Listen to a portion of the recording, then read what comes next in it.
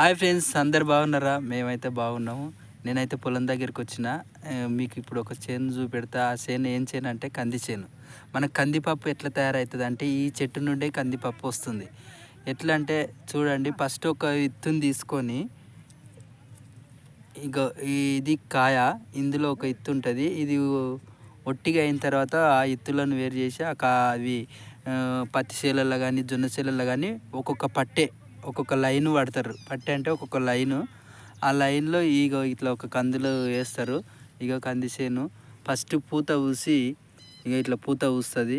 ఈ పూతకు ఇట్లా కాయ వస్తుంది. ఇగో ఇట్లా కాయ వస్తుంది. ఈ కాయకు గింజ గట్టిగా అయిందా, ఇది గింజ గట్టిగా కాలేదు, ఇట్లా గింజ గట్టిగా అయిందా అని అంటే ఎట్లా తెలుసుకోవాలంటే ఇగో ఇది చూడండి. గింజ గట్టిగా అయిందని అంటే ఇది గింజ గట్టిగా అయినట్లు. ఇట్లా ఉంటే ఇది ఓకే, విత్తనాలు గట్టిగా అయినట్లు. కాబట్టి దీన్ని మనం ఇప్పుడు కొంచెం అన్నీ మంచిగా కాసి గట్టిగా అయితే ఈ చెట్టుని కోస్తారు.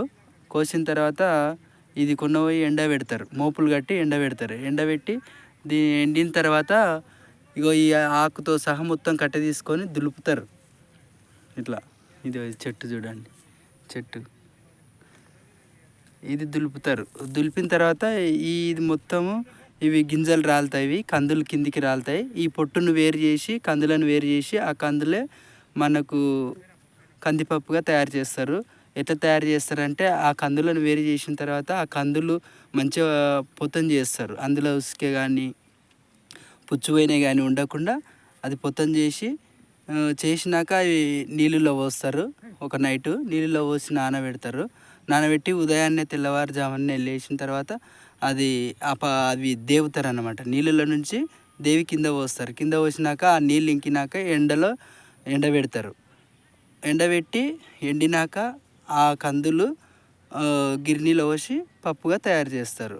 ఓకే, వీడియో నచ్చినట్లయితే లైక్, సబ్స్క్రైబ్ చేసుకోండి నా ఛానల్. ఓకేనా? ఓకే.